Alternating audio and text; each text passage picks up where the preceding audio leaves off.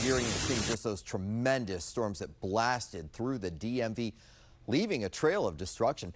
That was the scary scene on Wisconsin Avenue in Northwest D.C. Good evening to you. I'm Scott Thuman, and tonight we are taking stock of the widespread damage left behind after whipping winds and heavy rain brought down trees on homes and flooded some streets. Take a look at this. This is in Maryland. 2 homes are now severely damaged after massive trees toppled onto them. Both homeowners telling us they are lucky to be alive. 7 News' Christian Flores and Madison Forsey are both out live in the community tonight, getting a firsthand look at the aftermath for themselves and bringing it to you. We're going to begin with Christian Flores. He's in Montgomery County, just off New Hampshire Avenue near the Howard County border, and that is where we are seeing major damage to a home that nearly took a tragic turn. Christian. Yeah, Scott, look, we've seen a lot of storm damage throughout my entire career, but we still had to slam on the brakes when we saw this. I mean, it was just unbelievable to see just this tree getting cut down by the storms, falling onto this home. But if you think this looks bad, I want you to take a walk with me because it's even worse from the front of the home. Now, Scott, you mentioned the trail of destruction, and yeah, that's a pretty accurate way to describe what we're seeing out here. We're seeing big branches like this blown off trees, not just around this home, but really throughout the entire drive on our way to get here to Montgomery County. And then we get to the front of the home, and then you're face to face with this. You have this roof just crunched underneath the weight of this massive tree.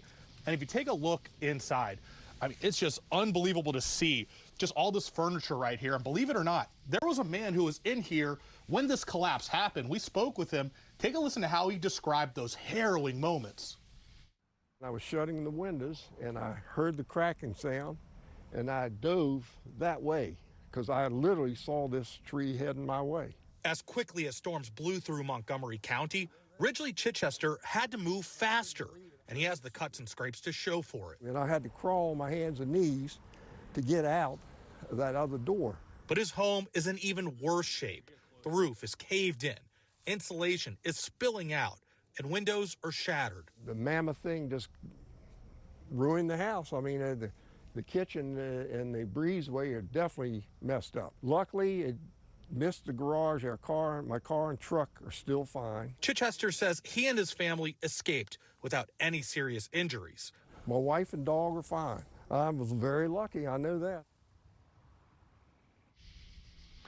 And back out here on the ground, it really is just hard to look at all of this damage from here. I mean, look, you can see the ceiling fan is closer to the floor at this point. Now, as far as the next steps, that's always a conversation when you're talking about damage like this. Well, first of all, this family is going to hire a tree removal service, and then they're going to spend the next days, weeks, maybe even months dealing with the insurance on all of this. Reporting live in Montgomery County, Christian Flores, 7 News. Yeah, such a mess. All right, Christian, and over now to Gaithersburg, where the back half of a townhome on Turtle Dove Court was just crushed. Madison, a woman and her sons say they were lucky to get out alive, right? They absolutely were. And within the last few moments, the Red Cross actually just left that woman's home, and she's inside with her sons trying to figure out what's happening next. But a massive tree, really large, probably about the size of my arm span, came down on the back of the house. And that woman, Yolanda, she tells me it came crashing through her bedroom, and she was laying in that bed less than 5 minutes before all of this happened. It's like somebody was watching over me and just told me to get up and move. Then I heard this big clap of thunder and then this big boom, and I came back upstairs and the tree was in my bedroom. Yolanda Frazier has lived in her Gaithersburg townhome since 2014. She was the only one home on Tuesday when the tree came crashing through the ceiling. Her bed, dresser, bookshelf, and everything else in the room now covered in ceiling pieces, insulation, and water. One window cracked, the other gone.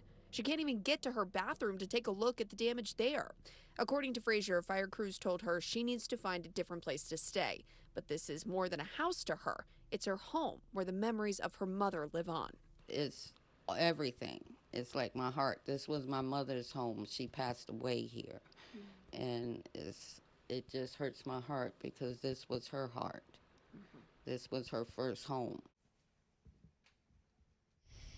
And Yolanda Frazier has told me that she's already contacted her insurance company, and there's also actually a truck already parked here off to my right that's marking the spot where the tree company is going to come in tomorrow and park a crane to try to get that tree off of her home.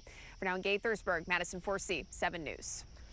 All right, Madison, very close call there. And those storms also caused massive damage in Washington, D.C. This is in Northwest on Georgia Avenue and Farragut Street. You can see a gas station roof that is completely collapsed and tilted over there. We're still working to get more information on that scene. And now take a look at this, a fantastic looking image of lightning over the DMV. Scott Jacobson took this image near Mount Airy. And there was a lot of lightning in that line of storms that moved through the area this evening. So much heavy rain as well, and wind tore through the region. This is some video out of Glen Burnie. Crazy conditions for everyone as we saw heavy flooding on the streets of the DMV. And 7 News photographers also caught this on camera tonight. A car that ran off the road, hit a ditch, and then flipped on its side along I-95. This was near mile marker 136. Virginia State Police say fortunately no one was hurt. Right now it is unclear if weather was the reason for that accident. All right, now for an explanation of what exactly hit us, as well as what we can look forward to next. Let's check in with our chief meteorologist, Veronica Johnson. A very busy day for you in the weather department. It was very busy, yeah. For the afternoon, the evening, over 6 dozen storm reports. And folks, they're still coming in. By far, a lot of wind damage across the area. And that was a lot of straight line winds. Right now, I'm happy to say we don't have any watches or any warnings up for our area. Let's hope it's some time before we're back there with any active weather. This is the high concentration. That's Montgomery County. You can see Gaithersburg. Look at Laurel, northern Prince George's side of the belt. Reports within this area. Again, mainly straight line winds that were reported.